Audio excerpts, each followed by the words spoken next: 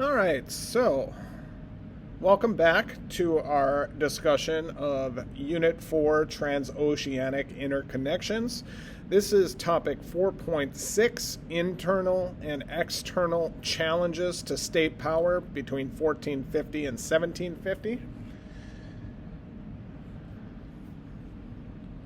So, the thematic learning objective for this unit is governance. So, once again, politics. And pictured here is a drawing of Ana Nzinga, the queen of Ndonga and Matamba.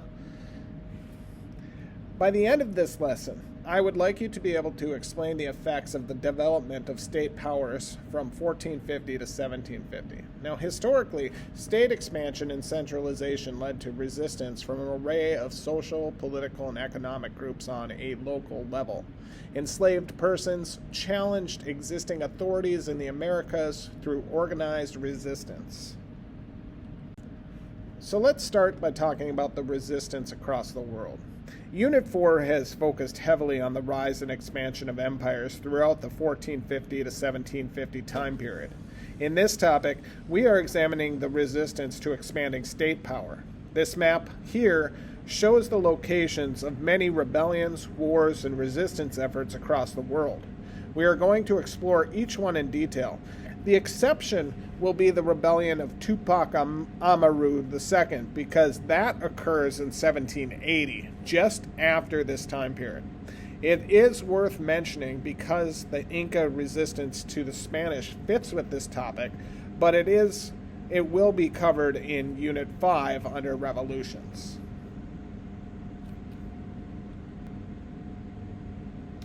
So let's talk about the Dutch-Portuguese war results. After being forced out of Southeast Asia by the Dutch and English, Portugal focuses its attention on creating a colony in Africa.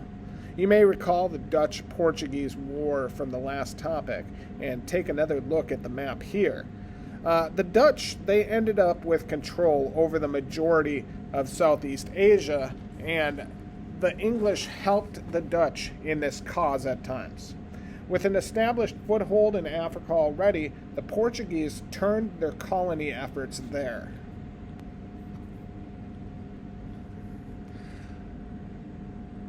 And that takes us to Ana Nzinga of Ndongo and Matamba. So, the kingdom of Ndongo was in turmoil after the Portuguese set up trading posts at Luanda in 1575 with the help of their allies, the Kingdom of Congo. This was a military mission and resulted in armed conflict between the Portuguese and the Ndongo. By the 1580s, Portugal, with the help from the Congo, had taken much of the territory of Ndongo. The Portuguese waged brutal war in the Ndongo territory, which included burning whole villages to the ground. They established several forts whose purpose was to control the slave trade in the region. In 1590, Ndongo finally defeated the Portuguese, but the kingdom was devastated from the constant war and was in terrible political and economic shape, and lost territory could not be recovered. By 1621, the Portuguese threat had returned to Ndongo, and the king enlisted the help of his sister, Ana Nzinga, to secure peace with the Portuguese. She was able to successfully negotiate peace between Ndongo and Portugal while securing several concessions from the Portuguese.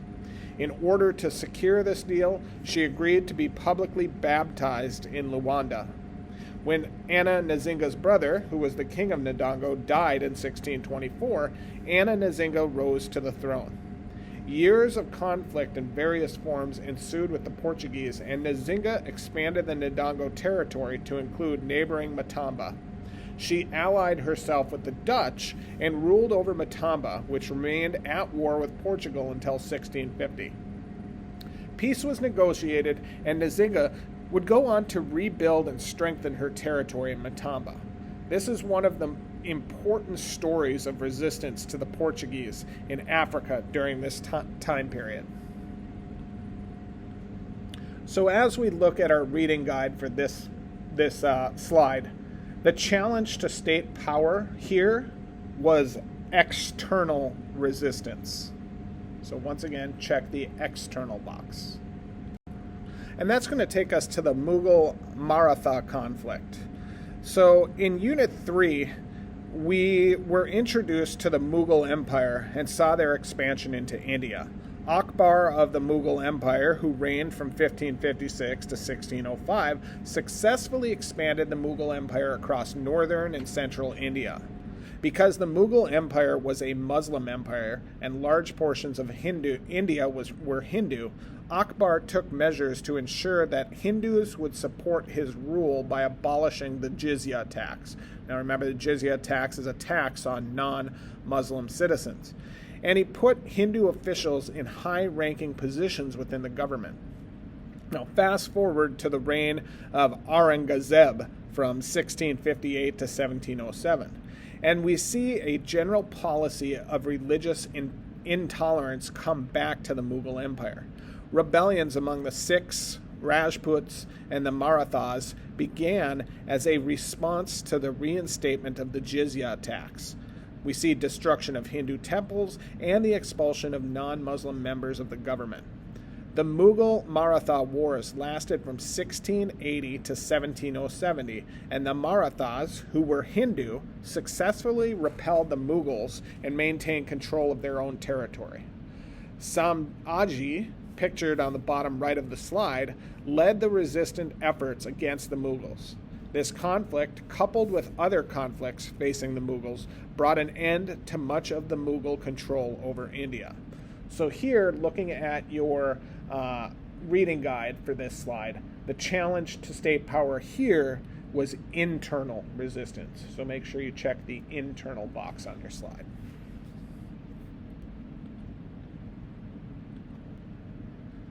So that moves us to the Cossack Rebellion. Take a second to fill out the information on the left of your reading guide for Cossack freemen. Warriors living near the Black Sea that were semi-autonomous. They sometimes operated as mercenaries. So fill that section in so you have that completed as I go through the rest of the slide. So conditions for serfs in Russia were not improved by the 14th century as they head for serfs in Europe. As the central government in Russia was weakened, the nobility gained power. During this power shift, serfs experienced a rise in their own debt. Some serfs escaped and joined the Cossacks, groups of largely independent skilled fighters that resided near the Black and Caspian Seas, as we just learned.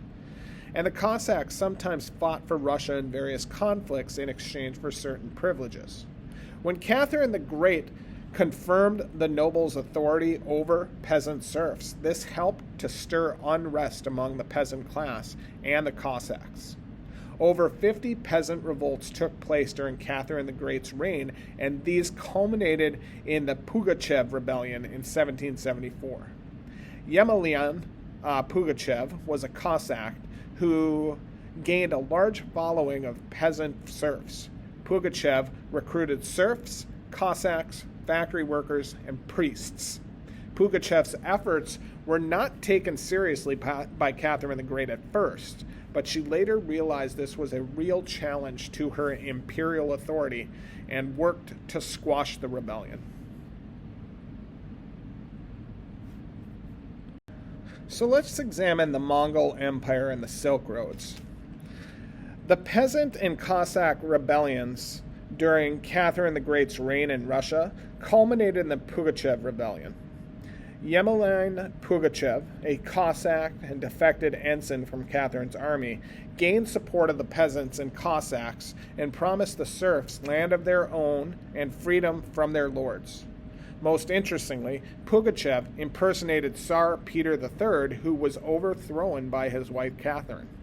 While Peter III did in fact die, his death was somewhat mysterious, and Pugachev was able to pretend that he was Peter III, who had accepted his dethronement and now wanted to rise up against Catherine. This impersonation, it worked well in Pugachev's favor, as he was able to rally many groups of oppressed people within Russia. Then in 1773, Pugachev and his army took the city of Kazan, which is east of Moscow. At this point in the rebellion, Pugachev was seeing successes in his efforts in large part because Catherine did not take the rebellion seriously.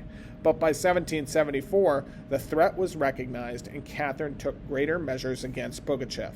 He was ultimately betrayed by some of his own forces and was executed publicly in Moscow in January of 1775. So on the guided notes here, under the Pugachev Rebellion section of guided notes for this slide, I want you to check the box internal, because this was an internal conflict. So make sure you have checked that on your notes. Also, in the description, you're going to see a recent October 2022 news piece about Vladimir Putin bringing the Pugachev Rebellion in as an argument for how he believes Russia must act in the ongoing Russian-Ukrainian war. This is a great connection between history and the present, so take a minute to take a look at that after you finish this lecture. So now let's turn our attention to the Fronde civil disturbances in France. Fronde is the French word for sling, and these disturbances or wars were given the name Fronde because slings were used to propel rocks through the windows of their opposition. These civil disturbances occurred from 1648 to 1653 in France and were sparked by the resistance of the French nobility, led by Prince de Condé and the Duke of Beaufort, to the policies of the chief minister, Cardinal Mazarin, who was effectively ruling France in the king's name. The Fronde revolts also included urban lower classes and some of the peasantry who joined the rebellion against high taxes and food shortages. The wars ended with the defeat of the rebellion forces and the solidification of the absolute power of the monarchy in France, laying the foundations for the reign of Louis XIV. Now, in your reading guide here, I would like you to check the internal box because this was an internal conflict. So make sure to have that checked in your reading guide. And that takes us to Metacom's war. Moving over to challenges to state authority in the Americas, we begin with Metacom's war, also commonly referred to as King Philip's War. This was an armed conflict between the indigenous inhabitants of New England and the New England colonists and their indigenous allies from 1675 through 1676. Though there had been armed resistance from Native Americans to European colonists before this particular conflict, Metacom's War was the final major push against the English colonists from the indigenous Wampanoag people. The war is named after the Wampanoag chief Metacom, later known as King Philip, who led the 14th-month Bloody Rebellion. The war, it began as a result of increasing tension and hostilities between colonists and the Native Americans who were losing their land and resources to the expanding English settlements. The war was devastating for both sides, with many villages and towns completely destroyed and significant numbers of casualties on both sides. The English ultimately emerged victorious, but the war had a profound impact on the region, leading to the decline of Native American power and the consolidation of English control over New England. The native groups that sided with the Wampanoags included the Nipmucs, the Podunks, the Narragansetts, the Nashway, and the Wabanakis. And then the native groups that allied with the English colonists were the Mohegans, the Pequots, and the Mohawks. So this here is a form of internal resistance, internal to the colony. So make sure you check the internal box under the section of your reading guide for Metacom's War. Pictured on the bottom left is Metacom, also known as King Philip, and then pictured in the bottom right is the colonial assault on the Narragansetts fort in the Great Swamp Fight of December 1675. So now we're going to move over to the Pueblo Revolt. The Pueblo Revolt was an uprising against the Spanish in the province of Santa Fe de Nuevo Mexico by the Pueblos and their allies. The revolt killed 400 Spaniards and drove the rest of the Spanish settlers out for what appeared to be a Pueblo victory. In 1680, the Pueblo Revolt in Santa Fe began, and one of the major driving factors was the issue of religion. The Spanish had consistently tried to convert natives to Christianity, and through this process they threatened anyone attempting to practice their native religion. In 1675, the Spanish in Santa Fe arrested 47 Pueblo medicine men for practicing sorcery. 3 of the 47 were executed, 1 committed suicide, and the others were publicly whipped and then jailed. One of those who was jailed was Pope. He was released when the Spanish were occupied in a conflict with the Apache, and Pope led the 1680 Pueblo Revolt, with the Spanish out of Santa Fe. 12 years later, however, the Spanish reconquered the area. So on your reading guide for the Pueblo Revolt, I would like you to check the internal box here, because this conflict was an internal conflict into the Spanish colony. Pictured on the bottom left are Pueblo dwellings in Santa Fe, New Mexico, and pictured in the bottom right are Kachina dolls. They are Pueblo religious icons. And that takes us to the Stono Rebellion. The Stono Rebellion was a slave rebellion that occurred in 1739 in the British colony of South Carolina. The rebellion was led by a group of enslaved Africans who killed several plantation owners and attempted to march to Florida, where they believed they would gain freedom. You may recall from topic 4.4 that Fort Mose in St. Augustine was established in 1738 as the first free black settlement. Spanish Florida had a policy of freeing slaves escaped from British colonies to the north. So the rebellion, it gets its name from the Stono River, where a meeting took place to discuss the plan of the rebellion. South Carolina had such a huge population of slaves that they had trouble at times keeping them subdued. The rebellion was eventually put down by white colonial forces, and the leaders and many of the participants were captured and executed. The rebellion was significant because it was one of the largest and most violent slave uprisings in the British colonies in North America before the American Revolutionary War. It also led to stricter slave codes and laws in South Carolina, making it more difficult for enslaved people to rebel or escape. Now, in your reading guide for this section, I'd like you to check the internal box, because this conflict was internal to the colony. Now let's go ahead and focus on the Maroon societies. Slaves in the Americas that escaped slavery and survived often joined community known as Maroons. These were groups of people, former African slaves and in some cases indigenous peoples, that formed communities in inhospitable terrain. By doing so, they could ensure they kept their freedom by avoiding recapture. Punishment for any escaped slave was usually extremely harsh. Maroons formed in every part of the Americas in which slavery existed. Florida had a Maroon settlement composed of former African slaves that allied themselves with the Seminole Indians. In Haiti, escaped slaves retreated to Maroons in the island's mountainous territory, and later, Haiti would experience a huge slave revolt led by a Maroon leader named Macondo. Brazil had a Maroon settlement in the 1600s which had over 30,000 residents and was ruled by its own king, King Zumbi, who's pictured here on the right.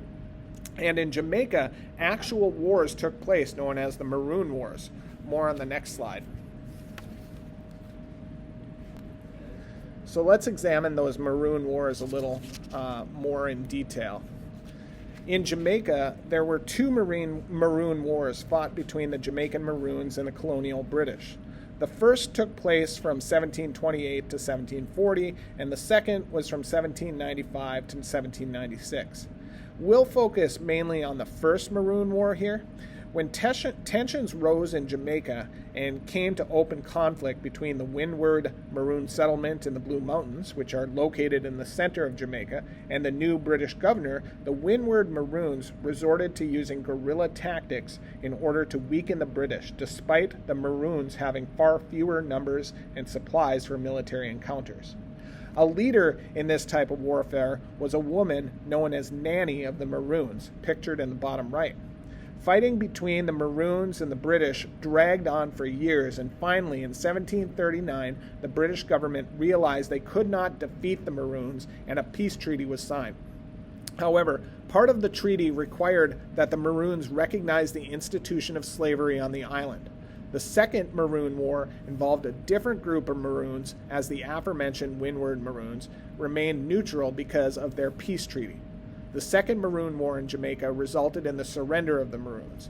The large image on the left of this slide is a depiction of the Second Maroon War. You can see the heavily forested mountain terrain through which the Maroons operated. So on this section of your packet, I want you to make sure on the previous slide, one, you define the Maroons on the left-hand side in the dotted box, but also check the box for internal, as this conflict was internal to the colony. So what is context? Well, context is what helps to make an event make sense. Movies and books have to provide context so that characters and events can be properly understood in the background information, and that's necessary for the viewer or the reader. Without context, the movie or book might just seem confusing. In history, events don't ever happen randomly or in isolation. There's always a broader context in which events occur. For example, the Pugachev rebellion didn't just spontaneously occur in 1773. So what I'd like you to do here is I want you to place the Pugachev rebellion of 1773 through 1774 into its historical context. Using your guided notes, I want you to write there the who, the where, the why, and the earlier events. So make sure you read through it, you understand it. You understand context is simply the situation within which something exists or happens, and that can help explain it. So write that in the what is context section. And with that, we have finished our lecture for topic 4.6. As always, make sure to add these key ideas for review to a separate notebook so you have them accessed ready for the exam. Those ideas are, as state powers grew in this period, it resulted in various resistant movements, revolts, and wars, such as Ana Nzinga's resistance to Portugal in Africa, the Mughal Maratha War in Southeast Asia, the Cossack revolts and Pugachev rebellion in Russia, the Fronde Civil War in France, Metacombs War, Pueblo Revolt, and the Stono Rebellion in North America, and the establishment of Maroon societies and the Maroon Wars in Jamaica. Make sure you take a look at that article that I was talking about in an earlier slide. I've posted the link in the description. And as always, take a look at Heimler's topic review for 4.6. Have a great day.